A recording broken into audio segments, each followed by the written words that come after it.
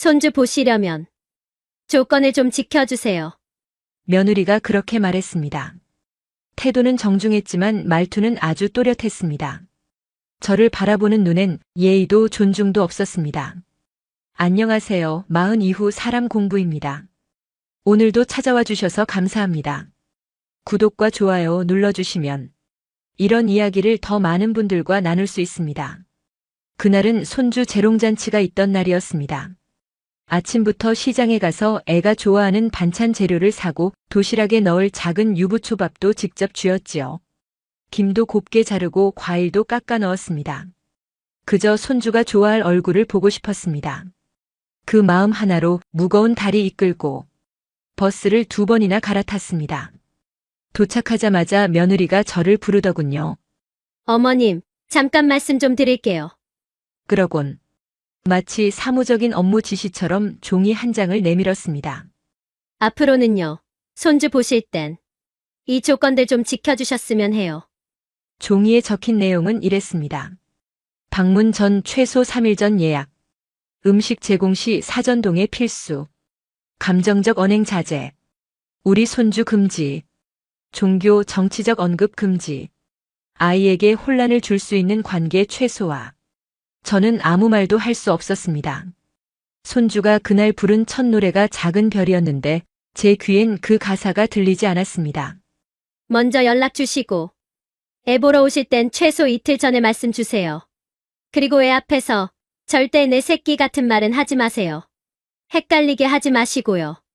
제가 고개를 들자 며느리는 시선을 피하지 않고 말했습니다.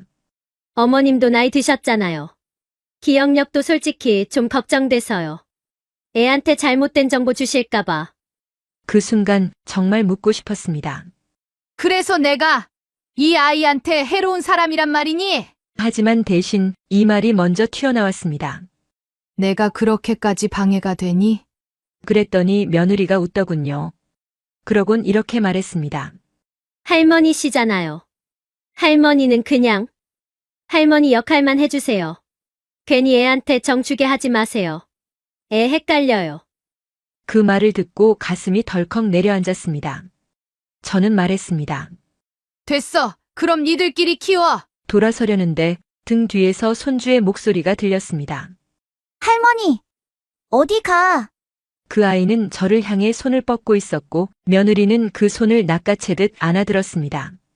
저는 결국 아무것도 못하고 그 자리에 서 있었습니다. 아이가 뒤에서 부르는데 멀어지는 발소리만 또렷했습니다. 그날 밤 저는 며느리가 내민 그 종이를 한 줄 한 줄 다시 읽었습니다. 그래. 조건이란 걸 먼저 건 건 너니까. 그럼 이젠 내가 조건을 걸 차례다. 어떤 조건이었냐고요? 이제부터 말씀드릴게요.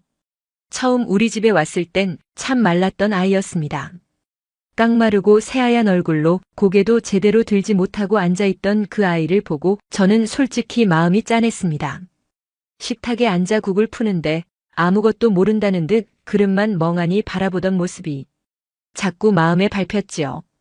그래서 국을 한 국자 더 또 한 국자 더 퍼주면서 속으로 생각했습니다. 이 아이는 진짜 가족처럼 해줘야겠다. 서먹하면 어쩌나 걱정했는데 마음부터 먼저 다가가야겠구나. 그날 이후로 저는 며느리를 딸처럼 대해줬습니다. 아니요, 어쩌면 제 친딸보다 더 챙겼는지도 모릅니다. 냉장고엔 늘 반찬을 채워뒀고 몸에 좋다는 게 보이면 먼저 사서 집 앞으로 보냈습니다. 겨울엔 내복까지 사서 현관문 손잡이에 걸어두고 오곤 했지요. 며느리가 임신했다는 소식을 들었을 땐 기쁘기도 하고 걱정도 되었습니다. 처음 아기를 겪는 그 아이가 얼마나 힘들고 두려울지 알 것 같아서요. 그래서 산후조리는 제가 직접 하겠다고 했습니다. 돈 들여 조리원 보내는 것보다 제가 직접 챙기는 게 더 편하고 따뜻할 거라 믿었거든요. 밤엔 아기 울음소리에 제일 먼저 일어나서 수건을 데우고 미역국도 새벽에 끓이고 며느리가 좀 더 잘 수 있도록 제가 안아주기도 했습니다. 그렇게 등을 토닥이다가 며느리가 울면서 제 어깨에 기대서 말하더군요. 어머님 정말 친엄마 같아요. 이런 거 저 처음 받아봐요. 그 말에 저는 울컥했지요.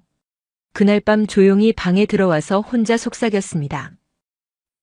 그래, 이 아이 진짜 내 딸처럼 아껴줘야겠다. 내가 대신 다 해주자. 그리고 약속했습니다. 이 집, 이 가족을 위해 뭐든지 하겠다고요. 아이 낳고 얼마 안 돼서 며느리가 복직한다고 했을 때도 저는 흔쾌히 손주를 맡겠다고 했습니다. 아무도 부탁하지 않았지만 저는 당연하다고 생각했지요. 내가 안 하면 누가 하나? 내 손주인데. 그때부터 저는 아침마다 도시락을 쌌습니다. 반찬 하나하나에 신경 써서 아이 입맛에 맞는지 먹다 체하진 않을지 늘 조심스러웠습니다. 오전엔 그림책도 읽어주고 점심 먹고 나면 함께 산책도 했습니다. 저는 그 시간이 너무 행복했습니다. 그리고요. 손주가 처음으로 한 말이 할머니였습니다. 아들이나 며느리보다 먼저 부른 이름이 할머니였던 겁니다. 그 말에 저는 눈물이 왈칵 났습니다.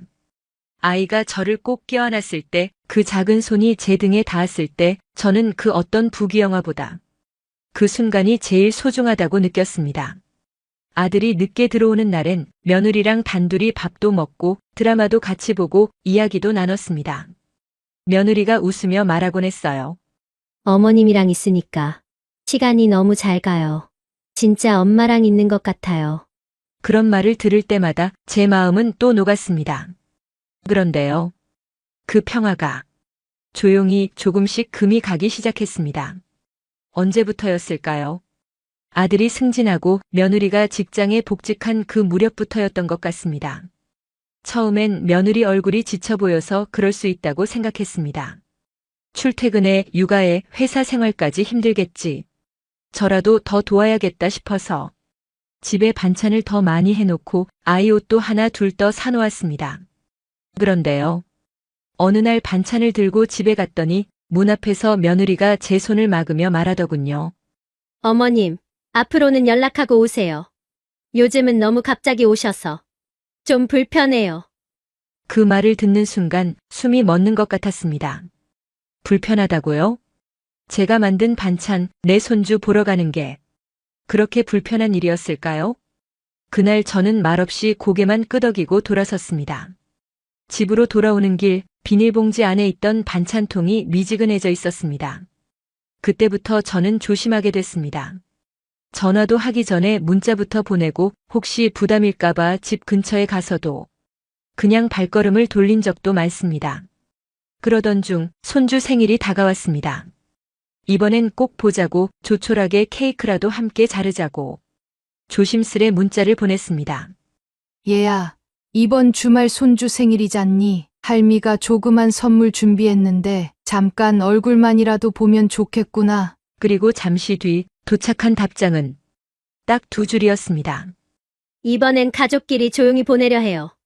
어머님은 다음에 봬요. 가족끼리. 그 말을 저는 몇 번이고 다시 읽었습니다. 가족끼리 조용히 보내려 한다. 그럼 나는 가족이 아니라는 뜻인가? 그 문장이 그날 제 가슴을 깊숙이 찔렀습니다. 선물은 포장을 풀지 못한 채 옷장 맨 위에 올려뒀고 그날 이후로 저는 기대하는 법을 잊었습니다. 기대하지 않으면 상처받지 않으니까요. 며느리는 어느 순간부터 조용히 그리고 분명하게 선을 긋기 시작했습니다. 그 전까진 그래도 웃으며 감사해요 하던 아이였는데 어느 날부턴가 인사도 건성으로 하고 눈을 마주치지 않았습니다. 제가 무슨 실수를 한 걸까? 내 말투가 불편했을까? 반찬이 입에 안 맞았던 건 아닐까? 혼자서 끝없이 되짚어봤습니다. 그러던 어느 날이었습니다. 평소처럼 손주 하원 시간을 맞춰 아파트 단지 입구에 도착했습니다. 늘 그랬듯 단지 놀이터에 먼저 가서 간식으로 주려던 떡을 조심스레 꺼냈죠. 그런데 그날따라 손주가 제 손을 보자마자 얼굴을 찌푸리며 말했습니다. 이거 엄마가 먹지 말랬는데. 아이의 말에 깜짝 놀라 물었습니다. 왜? 이거 너 좋아하잖아. 할미가 고소하게 직접 만든 거야. 그러자 아이가 고개를 절레절레 흔들었습니다. 엄마가 할머니가 주는 거 그냥 먹지 말랬어. 허락 없으면 혼난대. 순간 제 머릿속이 하얘졌습니다. 그 아이는 제가 이유식 떠먹여주고 밤마다 안아서 재웠고 처음으로 하리라는 소리를 낸 아이였습니다. 그런 아이에게 제가 주는 떡이 먹으면 혼나는 음식이 되어 있었다니요. 그날 집에 돌아온 저녁, 잠시 후 며느리에게 전화가 왔습니다. 어머님, 오늘 떡 주셨죠? 응. 애 좋아해서. 그 말이 끝나기도 전에 며느리는 단호하게 말했습니다. 앞으로는 저희 허락 없이 아무것도 주지 마세요. 요즘 애들 알레르기도 많고 교육 방식도 다 달라서요. 그런 말은 애 앞에서 안 했으면 좋겠구나. 왜요? 애한테 솔직하게 말하면 안 돼요? 할머니가 뭘 줘도 부모가 먼저 확인해야 한다는 거. 그게 뭐가 나빠요? 그날 밤 저는 잠이 오지 않았습니다. 다음 날 며느리에게서 다시 연락이 왔습니다. 어머님, 이번에 저희가 기준을 좀 정했어요. 앞으로는 이 기준에 맞춰서 손주 보시려면 좀 지켜주셔야 할 것 같아요. 처음엔 무슨 이야기인지 몰랐습니다. 그냥 생활적인 이야기인 줄 알았지요. 그런데 며느리는 정리된 A4 용지 한 장을 사진으로 보내왔습니다. 할머니와의 교류 기준안, 방문 시 최소 2일 전 사전 예약, 음식 제공 전 부모동의 필수, 감정적 언행 눈물, 과한 포옹, 과거 이야기 등 금지, 우리 손주 등의 표현 삼가, 금품 용돈 전달 시 부모동의 후 수령 가능, 할머니 단독 공간은 불안정한 환경으로 분류, 아이의 단독 방문 또는 체류는 금지함. 마지막 줄은 한참을 바라보다가도 무슨 뜻인지 바로 이해되지 않았습니다. 불안정 환경, 아이의 단독 체류 금지. 저는 그 아이에게 엄마 대신 손을 잡아주던 사람이었습니다. 엄마가 아플 때 등을 쓸어주며 아이를 재웠고 열이 날 때 해열제를 나눠 먹이며 울던 그날도 있었습니다. 그런데 이제 제가 있는 공간은 위험 공간, 저는 유해 요소가 되어버린 겁니다. 전화를 걸었습니다. 딸 같은 며느리에게 차마 소리 높이지 않고 묻고 싶었습니다. 이걸 꼭 이렇게까지 해야 하니? 그런데 며느리는 조금도 물러서지 않았습니다. 요즘은 다 이렇게 해요. 어머님 세대처럼 감정에만 의존하면 아이 교육에 안 좋아요. 저희가 아이에게 정한 원칙이 있어요. 그걸 가족이 먼저 깨버리면 애가 헷갈려 해요. 애가 어제도 그러더라고요. 할머니가 엄마보다 더 많이 좋아해. 그 말 듣고 솔직히 좀 놀랐어요. 그래서 그게 나쁜 거니? 제가 조용히 묻자 며느리는 단호하게 말했습니다. 네. 아이한테 기댈 사람을 분산시키면 애가 안정감을 못 느껴요. 엄마는 엄마, 할머니는 할머니 역할만 하면 돼요. 역할이라. 그 말이 그날 하루 종일 귓가에 맴돌았습니다. 역할. 그 아이에게 저는 역할을 벗어난 존재가 되어버렸습니다. 무릎에 안아주는 것도, 밥을 먹여주는 것도, 밤에 손잡아주는 것도 이제는 허락받고 해야 할 행위가 된 것입니다. 그리고 그 모든 것은 조건이 붙었습니다. 허락 없이는 보여줄 수도 건넬 수도 없게 된 겁니다. 그날 혼자 조용히 서랍을 열었습니다. 그 안엔 아이가 그려준 그림이 하나 들어 있었습니다. 할머니랑 손잡고 산책하기라는 제목의 그림.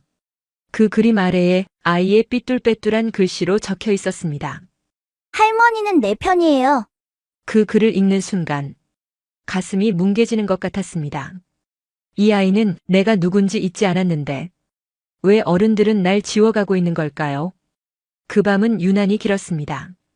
잠도 오지 않고 눈을 감으면 손주의 웃는 얼굴과 며느리가 건넨 그 종이 한 장이 같이 떠올랐습니다.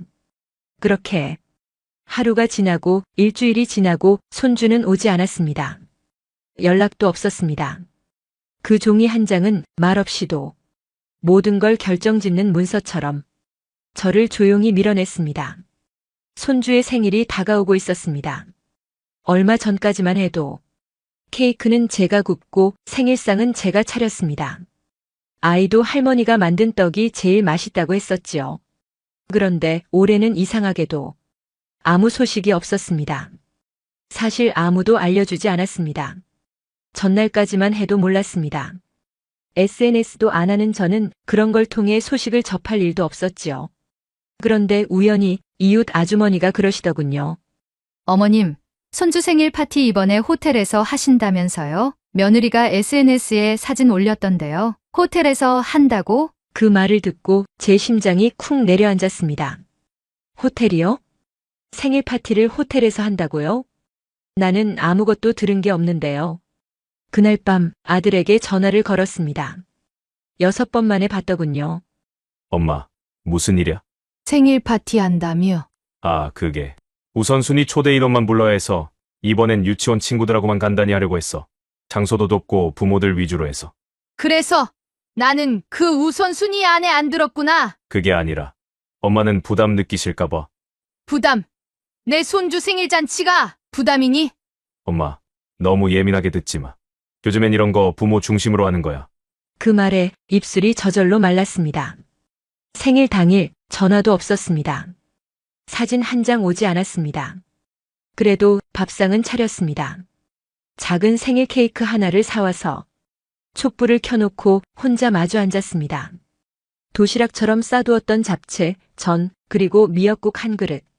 누가 먹는 것도 아닌데 그릇을 정갈이 놓고 수저를 반듯하게 정리했습니다. 그리고 그렇게 1시간, 2시간을 앉아 있었습니다. 그날 저녁이 되어서야 며느리의 단체 문자 하나가 도착했습니다. 오늘 참석 못하신 분들을 위해 스냅 사진 공유 드려요. 링크가 달려 있었고 사진엔 밝게 웃는 아들과 며느리, 그리고 처음 보는 사람들 속에 제 손주는 생일 왕관을 쓰고 누군가의 품에 안겨 있었습니다. 그 사진을 보며 저는 한참을 말없이 있었습니다. 그리고 혼잣말처럼 말했습니다. 내가 뭘 그렇게 잘못했을까? 아이를 키우면서 내 시간을 다 줬습니다.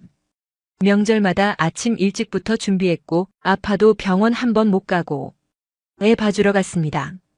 생선가시 하나 반찬 짠맛 하나에도 눈치를 받고 괜히 불편할까봐 집 앞에 가서도 그냥 돌아온 날도 많았습니다. 근데 이게 결과라면, 이게 제가 받은 평가라면. 그래서 문득 서랍을 열었습니다. 맨 아래 칸 작은 파란 봉투 속에 통장이 들어 있었습니다. 1장, 2장. 그동안 손에 쥐지도 못했던 종이들. 제 전 재산이 담긴 그 종이들 속에 지난 삶이 있었습니다. 제가 남편과 함께 허리 휘도록 일하며 모은 돈, 아이 키우고 고생하며 아껴온 흔적들. 그 안엔 희생이라는 말이 담겨 있었고 사랑이라는 말도 믿음이라는 말도 다 그 속에 녹아 있었습니다. 그 종이들을 펼쳐보며 저는 조용히 생각했습니다. 내가 이 돈을 모은 이유는 누굴 위해서였을까? 가족이 잘 되라고, 아이들이 무탈하라고, 손주가 아무 걱정 없이 자라라고. 그런 마음 하나로 남들 다 가는 여행도 안 가고 먹고 싶은 것도 참고 입고 싶은 옷도 미루고 살아왔습니다.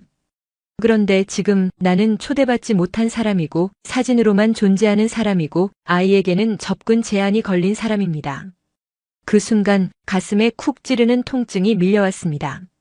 모든 걸 다 줬는데 남은 건 조심하세요, 허락받으세요, 그리고 당신은 여기 못 들어옵니다라는 말들 뿐이었습니다. 방 안은 조용했습니다. 창밖에선 바람 소리만 들렸고 집 안엔 초 하나 없는 생일상이 조용히 식어가고 있었습니다. 저는 그 자리에 가만히 앉아 서랍에 넣어둔 통장을 손에 쥔 채로 한참을 그렇게 있었습니다. 그때까지도 그 누구에게도 말하지 않았습니다. 울지도 않았고 소리치지도 않았습니다. 그저 가만히 있었습니다. 왜냐고요? 그 순간 깨달았으니까요. 사람은 다 뺏기고 나서야 비로소 마음이 움직인다는 걸요. 그리고 아무도 없을 때 자신을 다시 꺼내보는 법을 배우게 된다는 걸요. 그날 밤 저는 처음으로, 정말 처음으로 제 자신을 바라봤습니다. 희생만 하던 사람, 미안하다는 말을 듣고 울던 사람, 기대했다가 무너지는 걸 반복했던 사람. 그 사람이 지금 제 앞에 앉아 있었습니다. 그 사람은 저였고 그 사람의 눈엔 더 이상 눈물이 없었습니다. 지금 내 손에 들린 이 종이들이 그들에게는 어떤 의미일까요? 정말 아무 의미도 없는 종이었을까요? 제가 가만히 있으니 그들은 저를 아무 말 없는 존재로 여겼습니다. 제가 주기만 하니 그들은 저를 조건 없이 주는 사람으로만 봤습니다. 그러나 저는 지금 이 순간 깨달았습니다. 조건. 그래요. 그 아이들이 먼저 걸었지요. 손주를 보려면 이래라 저래라. 접촉도 표현도 선물도 하나하나 따져야 한다고 했습니다. 그럼 이젠 저도 말해야겠지요. 그래, 조건? 작게 중얼이며 저는 천천히 통장을 다시 접어 새 하얀 봉투에 넣었습니다. 그리고 조용히 말했습니다. 좋아. 그럼 이번엔 내가 조건을 걸 차례다. 이제부터의 이야기는 제가 내미는 한 장의 종이에서 시작됩니다. 그리고 그 종이엔 제 평생의 무게가 적혀 있습니다. 봉투를 다시 접으며 저는 생각했습니다. 이건 단지 돈이 아니라 내가 살아온 증거라고. 그리고 그 증거가 무시당하고 조건으로 배척당한 지금 이제는 말이 아닌 문서로 남겨야 할 때라고요. 며칠 동안 아무에게도 말하지 않았습니다. 아들한테도 며느리에게도 연락하지 않았습니다. 그저 조용히 컴퓨터로 유언장 작성, 상속 조건 계약을 검색하기 시작했습니다. 생전 처음 해보는 검색이었지만 하나하나 눌러가며 읽고 또 읽었습니다. 그리고 예약 전화를 걸었습니다. 네. 상담 예약하시겠어요? 유산 관련해서 상담이시라고요? 네. 조건부 증여와 상속 설계 둘 다 알고 싶습니다. 며칠 뒤 작은 동네 법무법인을 찾았습니다. 깨끗하게 정리된 사무실 안 저보다 한참 젊은 여변호사가 저를 맞았습니다. 처음에는 조금 주저했습니다. 이런 일까지 해야 하나, 그래야만 하나 마음이 좀처럼 가라앉지 않았습니다. 하지만 변호사는 제 말 하나하나를 메모하며 이렇게 말했습니다. 상속도, 증여도 다 조건 붙일 수 있습니다. 말이 아닌 서류로 남기면 되는 거죠. 명확하게 적으시면 그 누구도 부정하지 못해요. 그 말을 듣는 순간 마음이 조금 가벼워졌습니다. 처음으로 내가 컨트롤할 수 있는 영역이 생긴 기분이었습니다. 저는 생각했습니다. 내가 원하는 건 복수가 아니라고요. 벌 주는 것도 아닙니다. 그저 내 삶을 가볍게 대했던 그 사람들에게 무게라는 걸 알려주고 싶었습니다. 그래서 저는 한 장의 종이를 만들었습니다. 이름은 손자녀 교류 조건 협약서였습니다. 손자녀 교류 조건 협약서. 1. 본인의 사망 시점까지 손자녀와의 정기적인 교류를 성실히 유지할 것. 분기별 최소 1회 직접 방문 및 식사 참여. 방문 시 사진 촬영 및 진정성 있는 대화 증빙 가능 자료 편지, 메모 등 제출. 2. 유산 분배 전 효도 확인서를 직접 자필로 제출할 것. 3. 부양 책임에 대한 공식 동의서 작성. 병원 동행, 생활 지원 등 실질적 기여 내용 명시. 4. 상기 조건 미이행 시 해당 후손은 상속에서 제외함. 그리고 마지막 조항 한 줄. 내가 사람이 아니라 리스크가 된 순간부터 너희는 이 돈과도 무관합니다. 문서를 작성하며 가슴이 뛰는 걸 느꼈습니다. 이건 감정의 분노가 아니라 존엄의 회복이었습니다.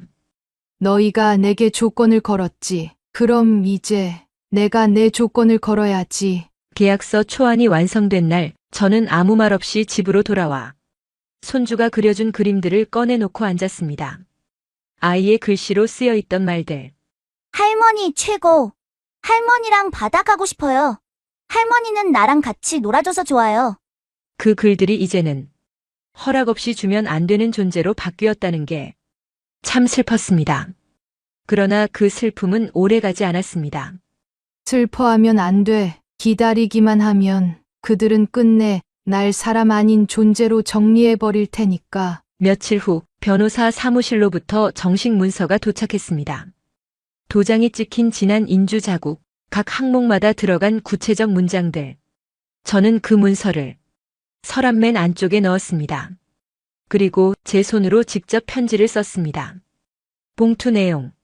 이 문서는 내가 누구인지, 너희가 어떻게 대해왔는지를 증명하기 위한 기록이다. 내가 침묵한 이유는 참아서가 아니라 기다렸기 때문이다. 지금 이 문서를 보고 있는 너희가 내게 했던 말들, 내게 보였던 표정들 기억하길 바란다. 가족이라는 말은 무조건이 아니라 서로 지켜야 할 약속에서 나오는 것이다. 그 약속을 먼저 저버린 건 너희였다. 문서를 봉투에 넣고 이름도 쓰지 않았습니다. 언젠가 이 종이를 꺼낼 날이 올지도 모르지요. 그게 내 생전에 오면 좋고 아니면 그 뒤라도 상관없습니다. 단 하나, 이제 나는 조건 없는 희생을 멈추겠다는 것. 내 삶을 누군가의 선택사항으로 남겨두지 않겠다는 것. 그 다짐만은 더 이상 접지 않기로 했습니다. 그날 밤 조용한 웃음이 나왔습니다. 환한 웃음도 서러운 울음도 아닌 오롯이 결심의 미소였습니다. 이제 내 삶은 내가 설계합니다. 사랑도 돈도 시간도 이제부턴 계약입니다. 손주의 초등학교 입학식 날이었습니다. 저는 전날 밤 옷장 속 가장 구석에 넣어두었던 아이의 사진을 꺼내보며 한참을 멍하니 앉아 있었습니다. 노란색 가방을 메고 웃던 아이의 모습. 그 가방을 제가 직접 고르고 네임펜으로 이름을 써준 게 엊그제 같은데 그날은 아무도 저를 부르지 않았습니다. 당연히 연락도 없었습니다. 오늘도 그냥 넘어가는구나. 그렇게 생각하고 있는데 휴대폰이 울렸습니다. 어머님, 안녕하세요. 오늘 혹시 시간 괜찮으세요? 그 순간 심장이 살짝 움직였습니다. 왜? 아이가요. 요즘 할머니 얘기를 자꾸 해요. 할머니 언제 오시냐고 묻기도 하고, 오늘 입학식 끝나고 잠깐이라도 뵈면 안 될까 해서요. 그 목소리는 예전처럼 다정하지 않았습니다. 오히려 조심스럽고 무언가를 의식한 듯한 말투였습니다. 저는 말했습니다. 그래, 시간은 있어. 정해진 약속 장소는 근처 카페였습니다. 먼저 도착한 저는 창가 자리에 앉아 가방 안을 살짝 열었습니다. 그 안엔 제가 만든 그 종이, 손자녀 교류 조건 협약서가 한 장의 도면처럼 고이 접혀 있었습니다. 잠시 뒤 며느리가 아이의 손을 잡고 들어왔습니다. 아이는 해맑게 웃으며 달려왔습니다. 할머니, 그 말 한마디에 가슴이 순간 물결처럼 흔들렸습니다. 그래. 이 아이는 아무 죄가 없지. 그저 사랑받고 싶은 마음뿐이었을 텐데. 아이의 머리를 쓰다듬으며 저는 조용히 말했습니다. 그래, 우리 애 많이 컸구나. 오늘 멋있었겠다. 며느리는 웃는 척했지만 눈치를 보는 게 분명했습니다. 그리고 아이가 화장실에 간 사이 말을 꺼냈습니다. 어머님, 저 진짜 죄송했어요. 그때는 상황이 너무 정신없기도 하고, 교육 방식이니 뭐니, 저도 좀 예민했던 것 같아요. 저는 고개를 끄덕이며 말했습니다. 그래, 지나간 건 지나간 거지. 근데 하나 묻자. 예? 저는 가방에서 그 종이 한 장을 꺼내 그대로 테이블 위에 펼쳤습니다. 그래, 너도 나한테 조건을 걸었지. 손주 보려면 이래라 저래라 하면서. 이제 나도 조건을 걸어야겠구나 싶더라. 며느리는 당황한 듯 문서를 내려다보았습니다. 그리고 읽기 시작했습니다. 눈썹이 점점 좁아졌고 입술이 말라가는 게 눈에 보였습니다. 어머님, 이건 너무하신 거 아니에요? 그 말에 저는 조용히 웃었습니다. 너무한 조건? 그 말을 천천히 따라하며 말했습니다. 그 말 내 입에서 먼저 나왔으면 좋았을 텐데. 왜 이렇게까지 하세요? 가족끼리 무슨 계약서예요? 그냥 사랑으로 품어주시면 안 돼요? 그 말들 내가 하고 싶었던 말들이야. 그동안 너한테 참아왔던 말들이지. 며느리는 머뭇거리며 입을 열었습니다. 근데 이런 식으로 문서를 만들고 조건을 걸고 이건 좀 그래. 너무 계산적인 것 같지? 하지만 말이야, 그 계산은 너희가 먼저 시작했어. 날 불안정 환경으로 적었지. 접촉 전 승인 필수. 선물은 금지. 우리 손주라는 말도 금지. 그게 사랑이니? 그게 가족이니? 며느리는 더 이상 아무 말도 하지 못했습니다. 저는 말했습니다. 넌 그동안 내가 가만히 있으니까 내가 선을 그어도 괜찮은 줄 알았지. 근데 말이야, 가만히 있는 게 참는 거지. 모르는 게 아니야. 이 종이는 그냥 한 장짜리 문서가 아니야. 이건 내가 너희에게 내 시간을 어떻게 쓸 건지 정리한 표야. 마음대로 안 된다고 느껴지겠지. 너한텐 불편하고 불공평하고 좀 무섭겠지? 근데 말이야, 그 감정 나도 다 겪었어. 이제야 그 감정을 너도 알게 되는 거야. 잠시 뒤 아이와 함께 자리를 떠야 한다며 며느리는 조심스레 자리에서 일어났습니다. 아이에게는 따뜻하게 인사했습니다. 공부 열심히 하고 다음에 또 보자. 그리고 며느리에게는 이렇게 말했습니다. 그 종이 버려도 돼 하지만 그 안에 담긴 마음까지 버릴 수 있을진 모르겠다. 그날 밤 집으로 돌아와 조용히 앉았습니다. 서랍을 열어 문서 복사본을 다시 꺼내 접었습니다. 그리고 조용히 말했습니다. 이젠 말로 싸우지 않아. 감정으로 무너지지도 않고 그동안 난 너희가 나를 조건으로 쪼갤 때마다 속으로 부서지고 있었어. 이제부터는 그 조건 내가 정해. 계약은 쌍방이고 존중도 쌍방입니다. 그걸 알려주기 위해 나는 종이를 꺼냈습니다. 그건 복수가 아니라 교훈이었습니다. 그리고 교훈 뒤에는 늘 변하지 않는 진심이 따라붙습니다. 그 아이를 사랑하는 마음만은 이 종이보다 훨씬 오래 남아있을 테니까요. 며느리와의 만남 이후 며칠은 아무 일도 없었습니다. 연락도 없었고 소란도 없었습니다. 그런데 이상하게도 마음은 조금 고요했습니다. 수십 년을 말없이 참고 견디며 살아온 제 인생에 처음으로 제 입으로 제 입장을 말했던 날, 말하지 않고 참고만 살았던 제가 나도 사람이다라는 문장을 꺼내놓았던 날, 그날 이후 방 안의 공기도 조금 달라졌습니다. 그러던 어느 날이었습니다. 우편함을 열었는데 익숙한 필체로 쓰인 작은 봉투 하나가 눈에 들어왔습니다. 앞면엔 할머니라고 적혀 있었고 뒷면엔 꼬불꼬불한 연필 자국이 나 있었습니다. 저는 그 자리에서 봉투를 열었습니다. 안에는 짧은 편지 한 장이 들어 있었습니다. 손주의 편지. 할머니, 다음 주에 꼭 보러 갈게요. 엄마한텐 말 안 할 거예요. 할머니는 그냥 할머니잖아요. 보고 싶어요. 그 문장을 읽고 제 눈엔 조용히 눈물이 고였습니다. 아이가 알았던 겁니다.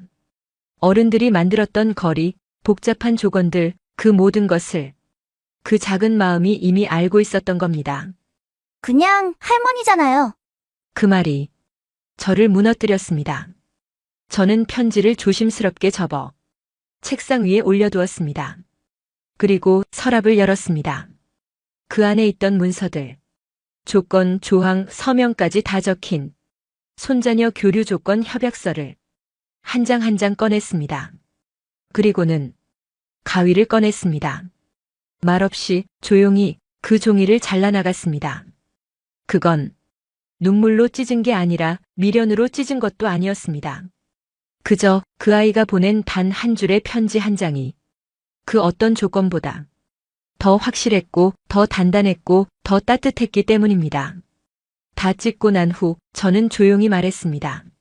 그래, 이 아이가 있는 한 나는 아직 할머니구나. 하지만 며느리에게는 한마디 했습니다. 전화도 아니고 문자도 아니고 손으로 꾹꾹 눌러 쓴 짧은 쪽지였습니다. 며느리에게 이번엔 찢었다. 하지만 그 문서, 내 서랍 깊숙한 곳엔 아직 한 장 남아있다. 다시 선 넘으면 그때 다시 꺼내마. 그 말이 전부였습니다. 며칠 뒤 손주가 혼자 집에 왔습니다. 엄마는 모르게 왔다고 했고 자신이 만든 카드와 초콜릿을 내밀었습니다. 카드엔 이렇게 적혀 있었습니다. 할머니는 내 편이니까. 할머니가 슬프면 나도 슬퍼요. 그리고 조용히 제 옆에 앉아 작은 목소리로 말했습니다. 할머니, 앞으로는 제가 지켜드릴게요. 그 순간 저는 아무 말도 하지 못했습니다. 그저 아이의 머리를 쓰다듬으며 한참을 가만히 앉고만 있었습니다. 저는 이제 압니다. 가족이라는 말이 어떤 의미인지. 무조건 참고, 무조건 주고, 무조건 받아주는 것이 가족이 아닙니다. 진짜 가족은 누가 시켜서가 아니라 서로 지켜야겠다고 스스로 마음먹는 존재입니다. 그 마음 하나가 없으면 아무리 같은 피를 나눠도 서류보다 못한 사이가 되는 거고 그 마음 하나만 있으면 아무리 이름이 달라도 하늘 같은 인연이 되는 겁니다. 아이의 웃는 얼굴을 보며 저는 문득 이렇게 생각했습니다. 그래. 이 아이가 내 손을 잡고 있는 한 내 인생은 아직 끝나지 않았구나. 가족이란 이름 아래 이기심을 조건으로 내밀었던 사람들에겐 이제 저도 조건을 걸었지만 단 하나, 이 아이에게만큼은 평생 어떤 조건도 걸지 않겠습니다. 그 아이는 처음부터 끝까지 그냥 내 손주니까요. 손주는 그날 제가 싸준 유부초밥을 3개나 먹고 한참을 제 무릎에 앉아 있었습니다. 할머니, 옛날 이야기 해주세요. 그래서 저는 한참을 이야기했습니다. 자기 아빠가 어릴 때 장난감으로 물컵을 깨고 도망쳤던 이야기, 옷장에 숨었다가 잠들어서 가족이 경찰까지 부른 이야기. 아이의 웃음이 터졌습니다. 그 웃음이 제 안에 있던 긴 한숨을 녹였습니다. 그날 밤 손주가 돌아가고 난 뒤 문득 우편함을 다시 열어봤습니다. 비어있던 공간 안에 초등학교에서 보낸 입학 축하 카드가 들어있었습니다. 할머니 보호자란에 제 이름은 없었습니다. 그 카드를 보며 저는 천천히 미소 지었습니다. 이제 이름이 없어도 괜찮았습니다. 중요한 건 아이의 마음속에는 내 이름이 가장 먼저 적혀 있다는 걸 확신했기 때문입니다. 그리고 저는 조용히 서랍 한 칸을 정리했습니다. 가장 밑바닥 깊숙이 복사해 두었던 계약서를 넣고 그 위에 손주가 그린 그림을 덮었습니다. 그 그림 속엔 작은 손이 제 손을 꼭 잡고 있었고 배경엔 햇빛이 따뜻하게 비치고 있었습니다. 그렇게 다시 시작합니다. 지금부터는 누구에게도 함부로 내 마음을 맡기지 않기로, 내 시간과 내 온기를 조건 없이 쓰되 그 마음을 함부로 대하는 사람에겐 이제 기대도 허용도 남기지 않기로, 내가 나를 지키는 방식, 그건 분노도 아니고 복수도 아닙니다. 이제부터가 진짜 시작입니다. 오늘도 마흔 이후 사람 공부와 함께 해주셔서 감사합니다. 이 사연이 여러분 마음에 작은 울림이 되었다면 좋아요와 구독 그리고 알림 설정 부탁드립니다. 다음 시간에는 또 다른 인생의 이야기로 당신의 하루에 따뜻한 동행이 되어 드릴게요. 감사합니다.